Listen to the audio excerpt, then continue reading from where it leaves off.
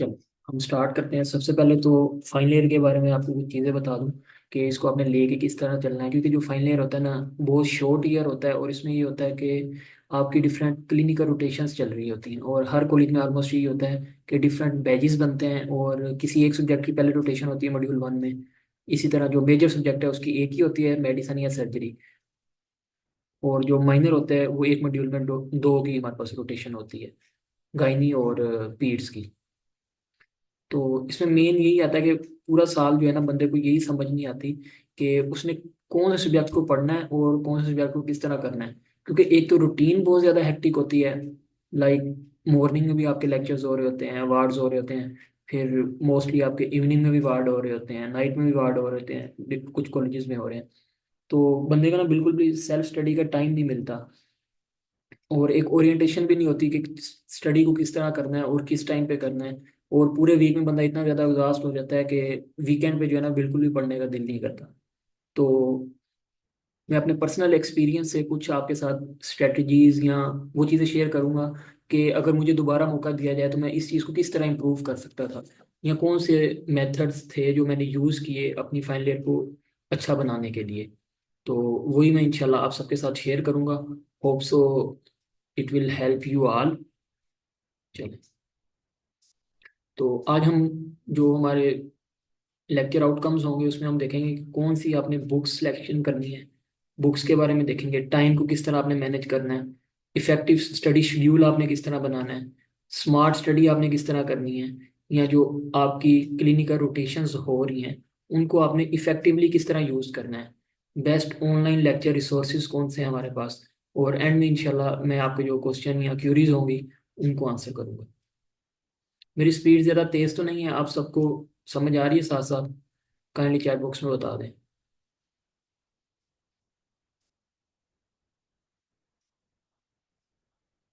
चलो, जहाँ पे आपको लगे कि ये बात रिपीट करनी है तो आप काइंडली आपने चैट बॉक्स में बता देना, ठीक है। चलो, फर्स्ट ऑफ ऑल देखते हैं कि एमबीबीएस के बाकी ईयर से डिफरेंट किस तरह है हमारे पास फाइनल ईयर। और मोस्ट इम्पोर्टेंट ईयर भी है एमबीबीएस का, वो किस तरह। अब डिफरेंट बाकी ईयर से इस तरह के इसमें आपको ना क्लिनिकल जो एक्सपोजर है वो ज़्यादा हो जाता है। क्योंकि जो आपके वर्बली लेक्चर्स होते हैं वो एक या दो लेक्चर्स होते हैं मोस्टली। बाकी जो आपका सारा स्टडी का शेड्यूल होता है वो आपका वार्ड में या हॉस्पिटल में सारा टाइम आपका गुजरता है। हालांकि बाकी ईयर्स में ये होता था कि आप लोग कॉलेज में ही होते थे और एज यूजुअल प्रोफेसर आते थे, स्लाइड रीड करते थे और चले जाते थे। फाइनल ईयर में ये होता है कि आपका वार्ड में लेक्चर होता है और मोस्टली लेक्चर्स वही टीचर्स ले रहे होते हैं जो ऑन ड्यूटी होते हैं, जो अपनी जॉब पे होते हैं, यानी कि जिन्होंने पेशेंट्स को चेक करना होता है। तो उनके पास भी इतना ज़्यादा टाइम नहीं होता कि वो आपको एक एक चीज़ डिटेल में बताएं। वो भी जस्ट फॉर्मेलिटी अपनी पूरी कर रहे होते हैं कि वो आते हैं, लेक्चर लेते हैं, थोड़ी वो चीज़ें बताई और चले गए। और मोस्टली टाइम आप खुद ये फील करेंगे कि आप फाइनल ईयर में एक आज़ाद पंछी हैं। यानी कि आप बिल्कुल आज़ाद होते हैं, कोई आपको इतनी ज़्यादा स्ट्रिक्टनेस नहीं होती और फ्री होते हैं आप ऑलमोस्ट हॉस्पिटल में। अब ये आप पे डिपेंड करता है कि आपने उस टाइम को किस तरह बेटर वे में यूटिलाइज करना है। क्योंकि पिछले जो 4 सालों में आपने कर लिया ना, उस सब की इम्प्लीमेंटेशन है फाइनल ईयर में। ऑलमोस्ट सारी चीज़ें जब आप फाइनल ईयर में कोई एमसीक्यूज आ रहा होता है ना, उसमें वो आपकी बायोकेमिस्ट्री भी टच कर रहे होते हैं, आपकी फिजियो भी टच कर रहे होते हैं, फार्मा भी, पैथो भी, हर चीज़ वो टच कर रहे होते हैं। क्योंकि मेडिसिन और सर्जरी ये कॉम्बिनेशन है सारे सब्जेक्ट्स का। तो इस ईयर को जो है ना इम्पोर्टेंट ये किस तरह है। आगे आपने कहीं भी अप्लाई करना है जॉब के लिए, एफसीपीएस में आपने मेरिट बनाना है या कोई भी टेस्ट आपने देना है, तो उसमें जो मेजर क्राइटेरिया वो आपके फाइनल ईयर एमबीबीएस के मार्क्स का होता है। इसी तरह अगर आप हाउस जॉब आपने करनी है, जो आपकी रोटेशंस होती हैं, प्राइवेट कॉलेजेस में तो इतना ज़्यादा नहीं होता है इसका, लेकिन जो गवर्नमेंट कॉलेज में रोटेशंस होती हैं तो उसमें जो इंपॉर्टेंस दी जाती है, जो अच्छी रोटेशंस होती हैं, जो अच्छे वार्ड होते हैं, वो उन्हीं बच्चों को दी जाती है जिनके एमबीबीएस फाइनल ईयर में अच्छे मार्क्स होते हैं। तो इसकी बेस पे आपके हाउस जॉब की जो रोटेशंस है वो भी आप सिलेक्ट करते हैं। तो यानी कि इसके जो मार्क्स हैं ना फाइनल ईयर के, वो आपके नेक्स्ट हर जगह यूज़ होने हैं। जिस तरह आपको बताया जाता है कि मैट्रिक तक आप पढ़ लें तो मैट्रिक के मार्क्स हर जगह यूज होने हैं। पिछले आपके 8 तक आपके जितने भी मार्क्स हैं वो कहीं भी नहीं यूज होंगे। सेम इसी तरह आप समझ लें कि फाइनल ईयर में एमबीबीएस में जो है ना फाइनल ईयर के मार्क्स ज़्यादातर यूज होने हैं। फॉर एग्जांपल अगर कोई भी आप टेस्ट देते हैं या कोई भी सिलेक्शन के लिए आप जाते हैं, सीवी अपनी जमा करवाते हैं कहीं किसी हॉस्पिटल में, तो उसमें आपके मोस्टली वो फाइनल ईयर के मार्क्स देख रहे होते हैं। क्योंकि प्रैक्टिकली फील्ड में जो आपने वर्क करना है वो कौन से सब्जेक्ट्स हैं, वो मेडिसिन और सर्जरी है। एमबीबीएस का जो है ना मतलब ही यही है, bachelor of medicine and bachelor of surgery. तो मेनली इन्हीं सब्जेक्ट्स को वो आपका फोकस कर रहे होते हैं। तो इन सब्जेक्ट्स में अगर आपके अच्छे मार्क्स होंगे तो ऑब्वियसली आपको प्रायोरिटी दी जाएगी। तो इसलिए जो है ना फाइनल ईयर में आप अच्छा पढ़ें और साथ साथ इंजॉय भी करें। इंशाल्लाह मैं आपको सारे ट्रिक्स बताता हूँ या आपने किस तरह लेके चलना चीज़ों को। तो ये तो हो गया एक ओवरव्यू फाइनल ईयर का। अब फाइनल ईयर में आपके पास सब्जेक्ट कितने होते हैं? दो तो मेन सब्जेक्ट होते हैं, मेडिसिन और सर्जरी। आगे फिर इनको जो है ना दो दो पार्ट्स में डिवाइड किया हुआ है। लाइक मेडिसिन के दो पेपर होते हैं आपके, मेडिसिन वन, मेडिसिन टू। इसी तरह सर्जरी के आपके दो पेपर होते हैं, S1, S2। चार पेपर आपके ये हो गए। ये 300 मार्क्स का ना आपका ईच पेपर होता है। यानी कि 600 मार्क्स की आपकी सर्जरी होगी, 600 मार्क्स की आपकी मेडिसिन होगी। नेक्स्ट हमारे पास आ गया पीडियाट्रिक्स। 200 मार्क्स का टोटल सब्जेक्ट है। इसमें जो है ना एक माइनर सब्जेक्ट इसको समझा जाता है। और इसी तरह हमारे पास नेक्स्ट आ गया गायनी। गायनी का अलग पेपर होता है, ओप्स का अलग पेपर होता है। दोनों मिला के जो है ना 400 मार्क्स के दो सब्जेक्ट हैं। अब जो है ना हमारे पास गायनी और ओप्स, वो मेल्स के लिए तो मोस्टली अनइम्पोर्टेंट आप समझ लें। वो इसलिए क्योंकि आगे अगर किसी ने गायनी ओप्स में नहीं जाना, सिर्फ एज ए जनरल प्रैक्टिशनर अगर आपने किसी पेरीफेर में आप बैठे हैं तो उधर आपके पास गायनी ओप्स के पेशेंट आ सकते हैं। लेकिन फीमेल्स के लिए दिस इज मोस्ट इम्पोर्टेंट। क्योंकि जब आपकी फैमिली में भी लोगों को पता होगा कि ये फलां की बेटी, फलां की बहन जो है ना वो डॉक्टर बन गई, तो वो आपसे डिफरेंट इश्यूज अपने डिस्कस करती हैं, लेडीज। तो इस वजह से फीमेल्स को इंटरेस्ट लेके गायनी उसमें पढ़ना चाहिए। और जो हमारे पास मेडिसिन और सर्जरी है वो तो सबने पढ़ना है, क्योंकि एमबीबीएस का मतलब ही ये है, bachelor of medicine and bachelor of surgery. तो अब मेन आपने इस ईयर में जो फोकस अपना रखना है ना, वो किस चीज़ पे रखना है? मेडिसिन सब्जेक्ट पे रखना है। क्योंकि मेन मेडिसिन आपका सब्जेक्ट है। मेडिसिन में आप बाकी सब्जेक्ट को भी ऑलमोस्ट कवर कर लेते हैं काफ़ी ज़्यादा। जो सर्जरी है ना वो एक अलग फील्ड आ जाती है और वो एक थोड़ा डिफिकल्ट सब्जेक्ट भी है। तो अगर किसी ने सर्जरी में जाना है तो वो अच्छी सर्जरी पढ़े। लेकिन अगर किसी ने सर्जरी में नहीं जाना, किसी और फील्ड में जाना है, तो उसकी मेडिसिन अच्छी होनी चाहिए। इवन अगर किसी ने सर्जरी में जाना है फिर भी उसकी मेडिसिन अच्छी होनी चाहिए। यानी कि medicine is basic for all specialisations. तो आई मस्ट से कि आपकी जो मेडिसिन है ना वो सबसे अच्छी होनी चाहिए। तो मेन अपना फोकस यही रखेंगे, अपने मेडिसिन अपनी अच्छी रखनी है। नेक्स्ट हमारे पास आ जाता है पीड्स। पीड्स जो है ना वो ऑलमोस्ट मेडिसिन की तरह ही है। कुछ टॉपिक्स एक्स्ट्रा होते हैं, बाकी सारे टॉपिक्स जो है ना वो मेडिसिन वाले ही होते हैं। गायनी एक इंटरेस्टिंग सब्जेक्ट है, अगर आप उसको इंटरेस्ट लेके करेंगे तो उसको भी आप जो है ना अच्छा कर सकते हैं। अब नेक्स्ट आ गया टाइम मैनेजमेंट। Just 1 minute.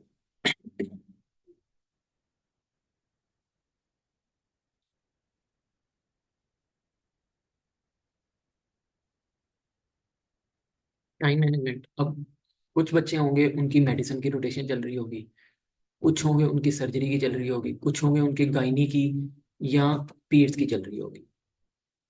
इस तरह डिफरेंट बैचेस बने होते हैं। अब आई वुड सजेस्ट कि आप जो है ना, कुछ कॉलेजेस होते हैं उसमें ये होता है कि जब मॉड्यूल 1 एग्जाम होता है ना उसमें सारे सब्जेक्ट का एग्जाम होता है। दो या तीन कॉलेजेस हैं, सीएमएच भावलपुर में लास्ट ईयर से इस तरह स्टार्ट हुआ है, या एक दो और कॉलेजेस हैं। बाकी जो कॉलेजेस हैं उसमें क्या होता है कि अगर आपकी मेडिसिन की रोटेशन चल रही है तो आपका मॉड्यूल 1 मेडिसिन का ही होगा। जिस बैच की सर्जरी की चल रही है उसका मॉड्यूल 1 सर्जरी का एग्जाम ही होगा। और उसमें पूरी पूरी बुक होती है, या फिर मेजर 70 to 80% सिलेबस होता है मेडिसिन का या सर्जरी का। इसी तरह जिन्होंने फर्स्ट मॉड्यूल में गायनी पढ़ी है उनका गायनी का होगा। लेकिन जो सीएमएच भावलपुर और I think so CMH Lahore है, ये मुझे एग्जैक्ट आइडिया नहीं है दूसरे कॉलेज का, उसमें ये होता है कि आपने जितना मॉड्यूल 1 में सारे सब्जेक्ट का पढ़ा होगा उस सब का जो है ना आपका एग्जाम होगा। तो मैं आपको ना दो स्ट्रैटेजीज बताऊंगा। एक ये कि आप सिर्फ एक सब्जेक्ट को किस तरह कवर कर सकते हैं, एक ये कि आप सारे सब्जेक्ट को किस तरह लेके चल सकते हैं। तो आई मस्ट से कि आप ना सारे सब्जेक्ट को साथ लेके चलें। लाइक मेडिसिन और सर्जरी है, इसको आप रोज करें। फिर नेक्स्ट आपके पास आ गया वीकेंड्स। अब वीकेंड्स पे अगर तो किसी की गायनी होप्स की रोटेशन चल रही है या पीरियड्स की चल रही है, तो उसको आइडिया हो जाएगा कि उसने गायनी होप्स या पीरियड्स किस तरह पढ़नी है। अगर किसी की रोटेशन नहीं भी चल रही और उसके क्लास में लेक्चर्स हो रहे हैं गायनी होप्स और पीरियड्स के, तो वो उसको वीकेंड पे थोड़ा सा टाइम दें और उसको आप कवर कर सकते हैं। बाकी मेडिसिन और सर्जरी आप जो है ना पूरा वीक पढ़ें। अब इस तरह आप अपना ना एक शेड्यूल बनाएं स्टडी का। बाकी नेक्स्ट हम इंशाल्लाह डिटेल में डिस्कस करते हैं चीज़ों को। यहाँ तक मुझे बताएं, आपको जो बातें मैंने बताई हैं सारी क्लियर हैं?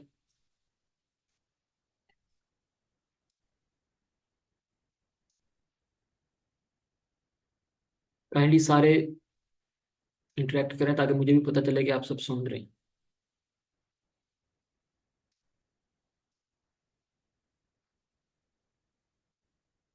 क्योंकि 300 के ग्रुप में से अगर 25 स्टूडेंट्स ने ज्वाइन किया है, तो इट मीन्स कि आप लाइफ में कुछ करना चाहते हैं या आपको शौक है स्टडी का। तो आप लाजमी जो है ना आप इंटरेक्ट करें। और I it would take almost 40 to 50 minutes. अच्छा, नेक्स्ट हमारे पास मोस्ट इंपॉर्टेंट आ गया बुक सिलेक्शन। अब हर सीनियर आपको मिलेगा, वो अपने हिसाब से गाइड करेगा। कोई कहेगा बड़ी बुक्स पढ़ो, कोई कहेगा छोटी पढ़ो, कोई कहेगा यार चिल करो, जस्ट पास पेपर पढ़ लो पास हो जाओ। पास तो सारे हो जाएंगे, इस चीज़ की मैं आपको गारंटी दे देता हूँ, लिख के दे देता हूँ। लेकिन ये है कि एक पास होना और एक अच्छे मार्क्स के साथ with great knowledge and concepts, तो वो एक अलग ही मजा है उस चीज़ का। तो आप अभी से अपना टारगेट बनाएं कि आपने अच्छा पढ़ना है और मार्क्स खुद ब खुद अच्छे आ जाते हैं, मार्क्स की टेंशन नहीं लेनी। लेकिन ये कि आपको कॉन्सेप्ट होना चाहिए, चीज़ों का पता होना चाहिए भी, चीज़ों को आपने किस तरह लेके चलना है। क्योंकि नेक्स्ट मेन थिंग आपने जाके पेशेंट को ट्रीट करना है। वहाँ पे आपसे किसी ने आपसे ये नहीं पूछना हाँ भी आपकी कितनी डिस्टिंक्शंस थी, हाँ भी आपके कितने मार्क्स थे फर्स्ट ईयर में सेकंड ईयर में। उन्होंने उस चीज़ से आपको जज करना है कि आप पेशेंट को किस तरह ट्रीट कर रहे हैं। और जो आपने पेशेंट को ट्रीट करना है वो आपका इन्हीं सब्जेक्ट की बेस पे है, medicine and surgery, mainly medicine I would से। तो बुक सिलेक्शन, अब सबसे पहले आता है हमारे पास मेडिसिन। तो मेडिसिन के लिए जो रिकमेंडेड बुक है या जिसको हम टेक्स्ट बुक कह सकते हैं वो है डेविडसन। तो जो डेविडसन है वो बहुत ज़्यादा वेस्ट वास्ट बुक है, यानी कि बहुत ज़्यादा उसमें एक्स्ट्रा लिखा हुआ है। और जिस तरह गाइडलाइन लिखी हुई है ना टेक्स्ट की फॉर्म में, वैसे वो लिखी हुई है, कोई हेडिंग्स वगैरह नहीं है, इस तरह पॉइंट्स नहीं बने हुए, समराइज चीज़ें नहीं है, तो वो बहुत ज़्यादा एक हेक्टिक रूटीन हो जाती है। लेकिन डेविडसन को आपने करना किस तरह, आई वुड से मेडिसिन के लिए आप डेविडसन यूज़ करें। इसके साथ आप यूज़ करें इरफान मसूद।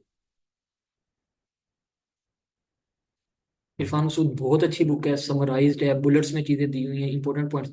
इसके अलावा भी बहुत सी बुक्स आती हैं, उन पे यूज कर सकते हैं अगर आपको वो सूट करती हैं। लेकिन आई वुड से कि Davidson and Irfan Masood is best combo. अब इसको यूज आपने किस तरह करना है।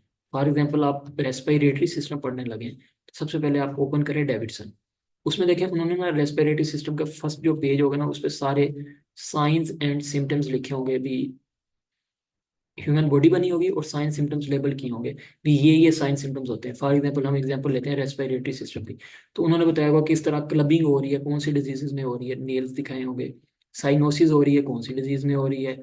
चेस्ट डिफॉर्मिटी आ रही है, कौन सी डिजीज में आ रही है। ये सारी चीजें उन्होंने आपको एक पूरी रेस्पिरेशन का ओवरव्यू दिया होगा डेविडसन के फर्स्ट पेज पे। उसको आप अच्छी तरह रीड करें। फिर उसके बाद उन्होंने बताया होगा कौन कौन से साइन सिम्टम्स आपको related to respiratory system diseases हैं, वो उनको आप रीड करें। फिर उन्होंने इन्वेस्टिगेशंस बताए होंगे। इन्वेस्टिगेशंस के जस्ट आप नाम भी पढ़ लें तो मोर देन इनफ है, बाकी उन्होंने उसकी डिटेल भी लिखी होगी कि रेस्पिरेटरी सिस्टम की डिजीज के लिए हम कौन कौन सी इन्वेस्टिगेशंस करवाते हैं। तो ये तो एक हो गया जनरल ओवरव्यू। फिर उसके बाद उन्होंने डिजीजेज दी हुई हैं। अब उन डिजीजेस की डिटेल उन्होंने बहुत ज्यादा लिखी है डेविडसन में। तो उस डिटेल से जो है ना बच्चे डरते हैं। तो एक तो आपने ये कर लेना है कि स्टार्ट वाली जो चीजें मैंने आपको बताई है वो आपने डेविडसन से रीड कर ली। फॉर एग्जाम्पल आप रेस्पिरेशन स्टार्ट कर रहे हैं, डेविडसन से स्टार्ट वाली सारी चीजें आपने ये वाली कर ली। देन आपने मूव किया इरफान मसूद की तरफ। तो I will share summarise topic जिस तरह मैंने लिखे हैं, अभी इरफान मसूद से कौन सा टॉपिक करना है, डेविडसन से कौन सा करना है। तो वो मैं आपके साथ ना पिक्चर्स बना के ना पीडीएफ, तो वो शेयर कर दूंगा ग्रुप में इंशाल्लाह। उसको आपने ये देखना है कि फॉर एग्जाम्पल अब एस्थमा है। अब एस्थमा आपने एक डिजीज है, उसको आपने इरफान मसूद से अच्छी तरह रीड करें। इरफान मसूद की आपने कोई चीज़ नहीं छोड़नी, एस्थमा के रिलेटेड जो उन्होंने लिखा हुआ है सारा आपने अच्छी तरह कर लेना है। फिर उसके बाद आपने आ जाना है डेविडसन पे। अब देखें डेविडसन में जो एस्थमा लिखा हुआ है उसको एक जस्ट रीड दें आप। देखें भी उन्होंने क्या चीज़ें लिखी हुई हैं। आप देखेंगे जो 90% चीज़ें डेविडसन ने लिखी हुई है ना, वो इरफान मसूद ने समराइज की हुई है। तो उन चीज़ों को आपने स्किप कर देना, उनको डेविडसन से करने की जरूरत नहीं है। उसके अलावा कोई ऐसा पॉइंट मिलता है आपको जो कि इरफान मसूद में नहीं दिया हुआ और डेविडसन में लिखा हुआ है, या कोई कॉन्सेप्ट है, या कोई टेबल्स बने होते हैं, फ्लो चार्ट बने होते हैं, किस तरह आपने इमरजेंसी में मैनेज करना है, उसके डिफरेंट टेबल्स बने हुए हैं, फ्लो चार्ट बने हुए हैं डेविडसन में, उनको आप जो है ना मार्क कर लें, हाईलाइट करें। तो और इसका बेस्ट मेथड ये है कि अभी मैंने उसकी पिक्चर नहीं ऐड की, मैं ना इंशाल्लाह ग्रुप में भेज दूंगा, कि आप अपने पास ना एक छोटी डायरी टाइप जिस तरह होती है ना वो रखें, और उस पर राइट करें कि एस्थमा डेविडसन में इस पेज नंबर पे दिया हुआ है, इरफान मसूद में इस पेज नंबर पे दिया हुआ है। और इरफान मसूद पे लिख लें कि एस्थमा की फलां चीज़ जो है ना मैंने डेविडसन से करनी है, बॉल पॉइंट से एस्थमा के टॉपिक के साथ ही आप लिख लें, ताकि कल को जब आप इरफान मसूद ओपन करें आपको पता हो कि डेविडसन से मैंने ये फ्लो चार्ट करना है, ये फिगर करनी है, लिख लें फिगर 5.2 करनी है, टेबल 1.1 करना है एस्थमा के लिए। तो इस तरह आप चीज़ों को साथ साथ जब समराइज करते जाएंगे, इन द एंड जो है ना आपको कोई मुश्किल नहीं होगी। तो इस तरह आपने जो है ना डेविडसन के लिए, मेडिसन के लिए डेविडसन और इरफान मसूद यूज़ करनी है। बाकी इंशाल्लाह टॉपिक वाइज और साथ साथ सारी गाइडलाइंस आपको जो है ना वो ग्रुप में मैं शेयर करता रहूंगा। अब नेक्स्ट हमारे पास आ गया सर्जरी। सर्जरी को जो है ना एक पहाड़ समझा जाता है, नो डाउट ये है भी मुश्किल, क्योंकि इतना ज़्यादा ना अच्छा डिटेल में पढ़ाया भी नहीं जाता, और इसकी बुक ही नहीं समझ आती। मेन इसकी जो बुक है ना वो बेले एंड लव है। सारे प्रोफेसर तो आपको यही कहेंगे कि आप बेले एंड लव पढ़ें, लेकिन आई वुड सजेस्ट कि आप बेले एंड लव ना पढ़ें, क्योंकि वो होती नहीं है और ना आपसे कंप्लीट वो पढ़ी जाएगी। तो सर्जरी के लिए आप, I would recommend two things. एक तो आप डोगर पढ़ें, ठीक है, डोगर लेनी है आपने, और इसके साथ आप डोगर आप कर लेंगे तो आपके अच्छे मार्क्स आ जाएंगे, पास हो जाएंगे आप। लेकिन अगर आप चाहते हैं कि आपने बहुत अच्छी पढ़नी है, एक लेवल जो है ना सर्जरी में आप अचीव करना चाहते हैं, तो साथ आप ना प्रेप लेटर के नोट्स ऐड कर, वो इंशाल्लाह मैं पीडीएफ आपके साथ शेयर कर दूंगा। मैंने तो इनका प्रिंट निकलवा लिया था प्रेप लेटर के नोट्स का, और वो बहुत अच्छे लिखे हुए हैं, एमसीक्यूज पॉइंट्स और ये सारी चीज़ें भी उसमें दी हुई हैं। तो मैंने तो डोगर प्लस प्रेप लेटर के नोट्स ये दो चीज़ें यूज़ की थी।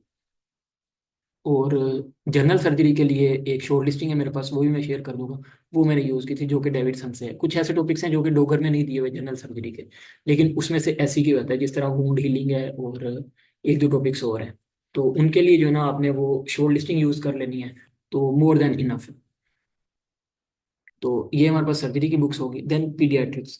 अब पीडियाट्रिक्स के लिए ना आप इरफान मसूद कह रहा हूँ, परवेज अकबर यूज़ करें।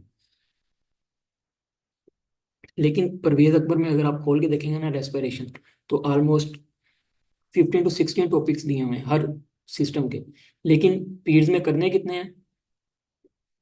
5 to 6 टॉपिक्स करने हैं। टोटल जो पीड है ना, अगर आप सारे सिस्टम के टॉपिक्स गिन लेना, वो 40 to 50 टॉपिक्स बनते हैं जस्ट पीड्स के, जिनमें से एससीक्यू भी आते हैं और एमसीक्यूज भी आते हैं। और उन 40 to 50 टॉपिक्स में से भी आपने काफ़ी चीज़ें जो है ना मेडिसिन में कर ली होंगी। ऑलमोस्ट 2 या 3 टॉपिक्स हर सिस्टम में से बचेंगे जो आपने मेडिसिन में नहीं किए होंगे, तो वो एक्स्ट्रा है समझे। तो जब आप अपनी मेडिसिन में फॉर एग्जांपल कोई सिस्टम कर रहे हैं, रेस्पिरेटरी सिस्टम किया आपने, तो साथ ही आप परवेज अकबर खोलें, जो आपके साथ ग्रुप में गाइडलाइंस शेयर की जाएंगी भी, पीड्स के रेस्पिरेटरी सिस्टम से ये टॉपिक्स आपने करने हैं, वो टॉपिक्स को मार्क करें। जो आपने मेडिसिन में किए हैं वो पहले पीड्स में कर लें, फिर जो एक्स्ट्रा टॉपिक्स बचे हैं उनको साथ साथ कवर कर लें। तो इस तरह मेडिसिन के साथ साथ आपकी पीड्स भी हो जाएगी, क्योंकि जो है ना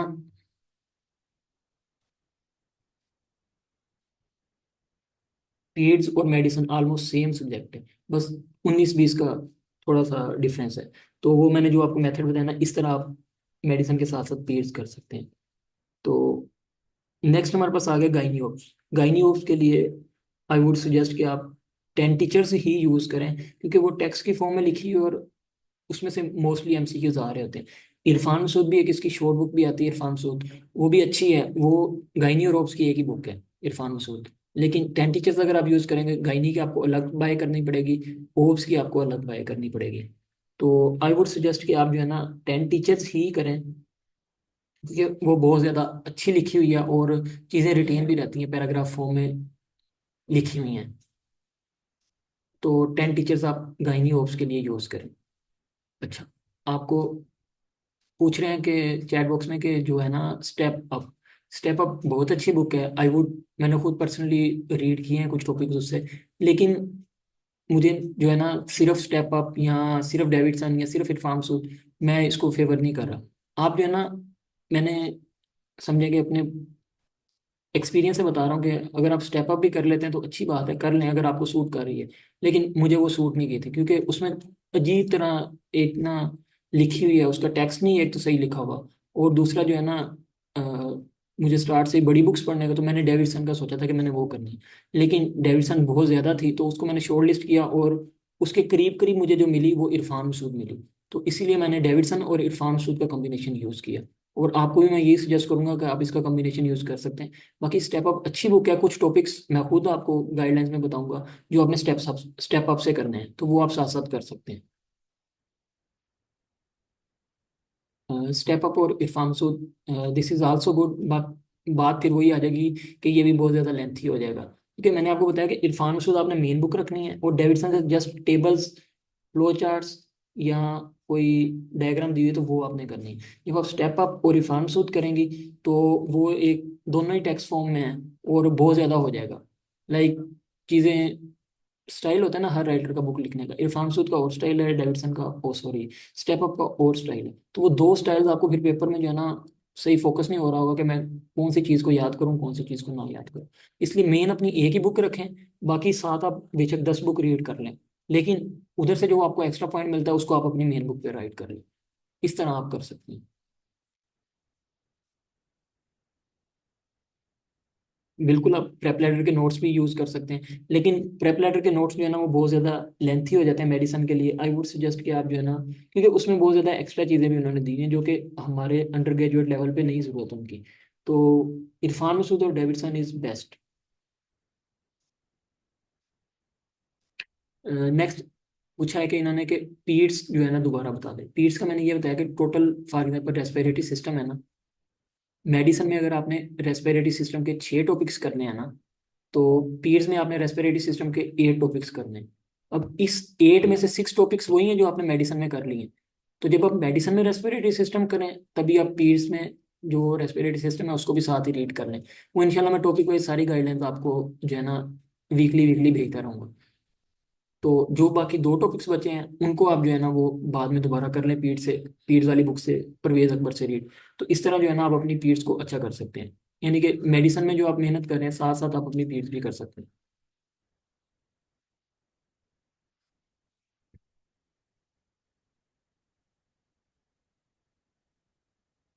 जी अली, बिल्कुल आप 4 मंथ में easily, I think so Ali is from UHS, तो मैं आपको थोड़ा यूएचएस के हवाले से गाइड कर देता हूँ, क्योंकि बाकी जो स्टूडेंट्स हैं वो नम्स के हैं, तो इनका भी ईयर स्टार्ट हुआ है, इनके पास पूरा ईयर है आगे।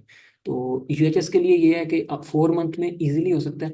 लेकिन ये है कि आप अपना इस तरह थोड़ा शेड्यूल बनाएं कि 15 डेज आप देते हैं गाइनी होप्स को, यानी कि 15 डेज में आपने गाइनी होप्स करनी है कंप्लीट, वो इजीली हो जाती है। बाकी आप मुझे टेक्स्ट कर लीजिएगा, मैं डिटेल में इंशाल्लाह आपको वॉइस नोट में बता दूंगा 15 डेज में गाइनी होप्स किस तरह आपने कंप्लीट करनी है। और नेक्स्ट हमारे पास पीर्स और मेडिसिन, उसको आप साथ साथ लेके चलें। उसके लिए ऑलमोस्ट आपको, अगर मेडिसिन आपने अच्छी करनी है तो 2 मंथ्स आई थिंक सो आपको देने चाहिए। बाकी जो पीछे टाइम बचता है 1.5 मंथ, वो जो है ना आप उसको दे दें सर्जरी को। उसमें से भी 15 डेज जनरल सर्जरी के लिए मोर देन इनफ है। 1 वीक में भी हो जाती है। तो मैंने आपको 2 वीक्स बता रहा हूँ जनरल सर्जरी के लिए, 2 वीक्स उसको दे दें, बाकी 4 वीक्स आप स्पेशल या सिस्टमिक सर्जरी को दे सकते हैं। तो इस तरह 4 मंथ में आप अपनी फाइनल ईयर इजीली कवर कर सकते हैं।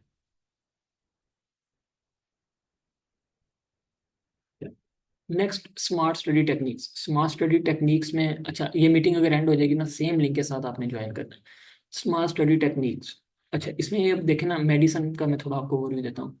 जब भी वो एग्जाम में आपसे ऐसी के पूछेगा ना, एक तो वो आपसे इन्वेस्टिगेशंस पूछ सकता है, या फिर वो आप उससे ट्रीटमेंट पूछ सकता है, या वो आपसे उस डिजीज की कॉम्प्लिकेशन पूछ सकता है। तो मेन फॉर एग्जांपल आप एस्थमा पढ़ रहे हैं, तो मेन आपका जो फोकस होना चाहिए किस चीज़ पे होना चाहिए, कि एस्थमा का पेशेंट आपके पास आया तो आपने उसके कौन से इन्वेस्टिगेशंस करवाने हैं, क्या ट्रीटमेंट प्लान है, इमरजेंसी में अगर आया है स्टेटस एस्थमेटिकस के साथ उसका क्या ट्रीटमेंट है, तो मेनली उसकी कॉम्प्लिकेशंस क्या हैं। मेनली मेडिसिन में एस सी क्यू में आपसे ये 3 से 4 चीज़ें पूछेगा, इससे बाहर कोई चीज़ नहीं पूछेगा। हाँ आगे वो इन्हीं चीज़ों में कॉम्प्लेक्स पूछ सकते हैं, लाइक इन्वेस्टिगेशन ऑफ चॉइस कौन सी है हमारे पास, फर्स्ट लाइन ऑफ ड्रग कौन सी है, ड्रग ऑफ चॉइस कौन सी है। तो इस तरह चीज़ों को, यानी कि मेन टॉपिक्स यही वो रखता है, इन्वेस्टिगेशन, ट्रीटमेंट या कॉम्प्लिकेशंस या मैनेजमेंट पूछ लेता है। तो इन चीज़ों पे मेन आप फोकस करें किसी एक, जो आप डिजीज करें। बाकी जो उसका डाटा है वो हिट करेगा किसमें, एमसीक्यूज में। फॉर एग्जांपल अस्थमा की टाइप्स जो आप पैथो में पढ़ के हैं, कौन कौन सी ड्रग्स देते हैं अस्थमा के ट्रीटमेंट के लिए, क्या उनके साइड इफेक्ट्स हैं। फॉर एग्जांपल अस्थमा में हम जो है ना स्टीरॉइड्स दे रहे होते हैं, तो स्टीरॉइड्स का मोस्ट कॉमन आपने पढ़ा है क्या हमारे पास होता है कि ओरल थ्रश बन जाते हैं। तो इस तरह वो इन चीज़ों को जो है ना, वो फार्मा वाली पैथो वाली उनको एमसीक्यूज में हिट कर रहा होता है। तो उन चीज़ों को आप एमसीक्यूज के लिए करें, जो एससीक्यू वाली चीज़ें हैं उनको आप इस तरह करें। ये नहीं कि आप अब डेविडसन आपने खोली है, उसमें उन्होंने पैथो भी दी हुई है, फार्मा भी दी है, तो उन चीज़ों को आप रट्टा मारी जा रहे हैं, मारी जा रहे हैं, नहीं। जो मेन आपकी चीज़ें हैं जो पेपर में वो मोस्टली पूछते हैं, उनको पहले आप अच्छा करें। तो इस तरह आप स्मार्टली स्टडी कर सकते हैं। इसीलिए इसी तरह जो हमारे पास सर्जरी है, तो मेन उसमें आपको 5 से 6 सर्जरीज हैं जिनके आपने स्टेप्स करने हैं, भी किस तरह हम ये सर्जरी परफॉर्म करते हैं। बाकी वो सारा आपसे थ्योरेटिकल पूछेगा, तो वो भी इंशाल्लाह मैं आपके साथ शेयर कर दूंगा। तो यानी कि इतना, अब फॉर एग्जांपल अपेंडेक्टमी है या उसके अलावा कोई और सर्जरीज हैं, कोलेक्टमी है, अब कोलेक्टमी की आपको डिटेल वो कभी भी नहीं पूछेगा, सिर्फ आपको नाम आना चाहिए। अपेंडेक्टमी इज मोस्ट इंपॉर्टेंट, उसके वो आपसे स्टेप्स भी पूछ सकते हैं, तो उसके आप स्टेप्स करें, थायरॉयडेक्टमी के करें। अब जो माइनर चीजें हैं जो आपसे मुझे नहीं पूछेगा आपके लेवल पे, तो उस पर टाइम ज़ाया करने की जरूरत नहीं है। क्योंकि जब बुक्स बुक्स में जो चीज़ें लिखी होती हैं ना, वो ऑलमोस्ट सारी चीज़ें लिखी होती हैं, लेकिन उन सब चीज़ों को कवर करना और लेके चलना बहुत मुश्किल है। तो जो इम्पोर्टेंट चीज़ें हैं उन्हीं को आप करें। हाँ, next most important thing clinicals में जो कि आपको हेल्प आउट कर सकती है, कि आपके क्लिनिकल मेथड्स अच्छे हो जाएं, आपकी डिस्कशन अच्छी हो जाए। क्योंकि फोर्थ ईयर तक मोस्टली यही हो रहा होता है कि हर बंदा जो है ना इंडिविजुअली पढ़ रहा होता है, क्योंकि इतना ज़्यादा ग्रुप स्टडी का नहीं होता। अगर हों भी तो थोड़े बहुत होते हैं, 2-3, पूरी क्लास में से 2-3 स्टूडेंट्स होंगे जो ग्रुप स्टडी कर रहे होंगे। But at the level of final year I would suggest कि आप अपने दोस्तों में देखें कौन सा है जो कि आपके साथ, जिसकी वाइब्स मैच करती हैं, जो स्टडी के लिए सिंसियर है। लाइक आप अगर एक चीज़ को सीखने के लिए विलिंग है, तो देखें आपका जो बैच है या जो आपका ग्रुप है, उसमें कौन सा स्टूडेंट है जो उस विजन के साथ जो है ना वो हॉस्पिटल या कॉलेज आता है। उसके साथ आप बैठें, एक अपना प्लान बनाएं कि यार हम मिल के जो है ना स्टडी कर सकते हैं। उसमें आपने करना किस तरह है वो मैं आपको बताता हूँ। फॉर एग्जाम्पल, अब आप वार्ड जा रहे हैं, ये समझे मेडिसिन के आप वार्ड जा रहे हैं। अब मिनिमम आपने 2 या 3 स्टूडेंट्स का ग्रुप बनाना है, ज़्यादा बड़ा नहीं करना, क्योंकि अब अगर ज़्यादा बड़ा आप ग्रुप कर लेंगे ना, तो आपको चीज़ें जो है ना फिर मजाक में या इधर उधर टाइम ज़ाया हो जाएगा। मिनिमम 3 का रखें, मैक्सिमम 4 का हो सकता है। तो 2 to 4 स्टूडेंट्स का आप एक ग्रुप बनाएं आपस में, जिसके साथ आपकी वाइब्स मैच करती है, नो डाउट वो मेल है या फीमेल है, जिसके साथ आप मर्जी बना सकते हैं। करना आपने ये है कि अब मेडिसिन में ना टोटल 5 एग्जामिनेशन हैं। एक general physical examination, respiratory system का examination, then abdomen examination, then हमारे पास सीवीएस, और इसी तरह सीएनएस। अब आप ये करें कि एक वीक में आप रखें कि इस वीक में हमने जो है ना पूरा रेस्पिरेटरी सिस्टम एग्जामिनेशन करना है। अब 3 बंदों का ग्रुप बन गया, उन्होंने कहा हमने जो है ना इस वीक में रेस्पिरेटरी सिस्टम एग्जामिनेशन पे ग्रिप करनी है। उनका चल रहा है मेडिसिन वार्ड। एक ने क्या किया, एक ने कहा जी मैं इंस्पेक्शन करवा दूंगा, दूसरे ने कहा मैं पाल्पेशन करवा दूंगा, तीसरे ने कहा मैं ऑस्कल्टेशन करवा दूंगा। इस तरह आप अपना टास्क डिवाइड करें, और एक दिन आए तो वो जो फर्स्ट वाला है इंस्पेक्शन से स्टार्ट करे वो सारा बताए। और इसके लिए बेड साइड क्लिनिकल मेथड्स के लिए बेस्ट बुक है। और कौन से यूट्यूब चैनल्स हैं जहाँ पे best videos with sign symptoms on patients उन्होंने दिखाए हुए हैं, वो इंशाल्लाह अभी हमारे इंस्टाग्राम पेज पे रील आज 12 बजे अपलोड हो जाएगी। तो उसमें से आप देख लीजिएगा कि कौन कौन से यूट्यूब चैनल्स हैं जहाँ से मेथड्स उन्होंने बताए हुए हैं हमारे पास, क्लिनिकल मेथड्स। तो बाकी उनके लिंक्स भी मैं आपके साथ शेयर कर दूंगा यूट्यूब चैनल्स के। तो इस तरह आप सारे वो वीडियो देख के आए, वार्ड में आए हैं, बहुत टाइम होता है वार्ड में, डे में भी नाइट में भी, क्योंकि जो लेक्चर होता है ना वार्ड में मोस्टली वो 15 to 30 मिनट्स का होता है, बाकी सारा टाइम आप फ्री होते हैं। तो उसमें यह है कि आप ग्रुप स्टडी में इंस्पेक्शन करें, पाल्पेशन करें, सारी चीज़ें करें। और फिर कोशिश करें कि जो आप सिस्टम कर रहे हैं ना, फॉर एग्जाम्पल रेस्पिरेटरी सिस्टम कर रहे हैं, तो वार्ड में देखें कि रेस्पिरेटरी सिस्टम के कौन से पेशेंट्स पड़े हैं जिनको रेस्पिरेटरी सिस्टम वाली डिजीज़ है, उनको जाके पकड़ें और उन पे रेस्पिरेटरी सिस्टम का एग्जामिनेशन करें। क्योंकि मोस्टली यही हो रहा था कि अच्छे पेशेंट को, या जो गुड या थोड़ा एक्टिव पेशेंट होता है ना, उसी पे टीचर्स आपको एग्जामिनेशन करवा रहे होते हैं। तो वो तो आप सीखने की हद तक तो ठीक है, लेकिन ये कि जब आप चीज़ों को कोरिलेट नहीं करेंगे तो आपको कभी भी नहीं समझ आएगी। अब फॉर एग्जाम्पल आप, मैं आपको बेशक इधर 3 घंटे समझाता रहूँ भी, हमारे पास वेंट्रिकुलर सेप्टल डिफेक्ट है और उसमें ये मरमर आ रहा है, जब तक आप खुद अपने कानों से वो चीज़ नहीं सुनेंगे, पेशेंट को नहीं देखेंगे, तो आपको कभी भी नहीं समझ आएगी कि वेंट्रिकुलर सेप्टल डिफेक्ट का मरमर किस तरह का होता है। तो इसीलिए आप जो सिस्टम का एग्जामिनेशन कर रहे हैं उसका पेशेंट देखें वार्ड में। मोस्टली पेशेंट होते हैं, ये नहीं है जितना मर्जी छोटा हॉस्पिटल हो या वार्ड हो, हर सिस्टम के रिलेटेड आपको उधर पेशेंट मिल जाता है। अगर एक दिन नहीं मिला तो अगले दिन मिल जाएगा, अगले दिन मिल जाएगा, कभी ना कभी लाजमी मिलेगा। तो जो है ना, रेस्पिरेटरी सिस्टम एग्जामिनेशन करें तो इस तरह आप ग्रुप एक बनाएं और उसमें डिवाइड कर लें टास्क, कि हमने आज जो है ना रेस्पिरेटरी सिस्टम का इंस्पेक्शन करनी है। फिर सारे घर से इंस्पेक्शन पढ़ के आए, और जो एक जिसने करवाना है वो आए और वो सारा कुछ समझाए। पहले एक ओवरव्यू दे के इंस्पेक्शन में हम क्या क्या देखते हैं, शेप देखते हैं, चेस्ट की साइज देखते हैं, सिमेट्री देखते हैं, वो सारी चीज़ें एक्सप्लेन करें। फिर उसके बाद पेशेंट पे परफॉर्म कर, फिर एक ने परफॉर्म किया फिर अगला परफॉर्म करे। फॉर एग्जाम्पल 3 स्टूडेंट हैं तो तीनों परफॉर्म करें, फिर एक दूसरे की गलतियां निकालें। फॉर एग्जाम्पल वो बताया कि आपने ये स्टेप मिस किया, दूसरा बताया आपने ये स्टेप मिस किया। इससे ये होगा कि आपके जो क्लिनिकल मेथड्स हैं ना वो पक्के हो जाएंगे। क्योंकि फाइनल ईयर में जो वाइवा होता है ना, वो थ्योरेटिकल वाइवा नहीं होता जिस तरह फोर्थ ईयर तक आपका वाइवा होता था, कि एक्सटर्नल आए हुए हैं, आप उनके रूम में जा रहे हैं, वो किसी भी बुक से कोई भी चीज़ आपसे पूछ रहे हैं, नहीं होता। फाइनल ईयर में आपकी ओस्की होती है और बाकी शॉर्ट एंड लॉन्ग स्टेशन होते हैं। शॉर्ट स्टेशन में क्या होता है, यही 4 सिस्टम के एग्जामिनेशन होते हैं। 15 मार्क्स का एक एग्जामिनेशन होता है।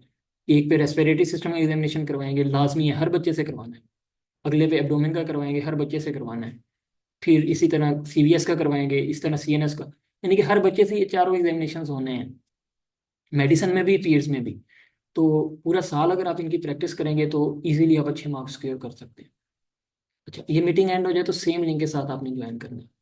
नेक्स्ट हमारे पास आ गया, ये था कि ग्रुप स्टडी का मेथड। अब ये आप लोगों ने खुद देखना है कि किसके साथ आपकी वाइब्स मैच करती हैं, किसके साथ आपका ग्रुप बन सकता है अच्छा। लेकिन ज़्यादा लोगों का ग्रुप ना बनाए, आई वुड सजेस्ट। छोटा ग्रुप होगा तो आप अच्छा पढ़ सकते हैं।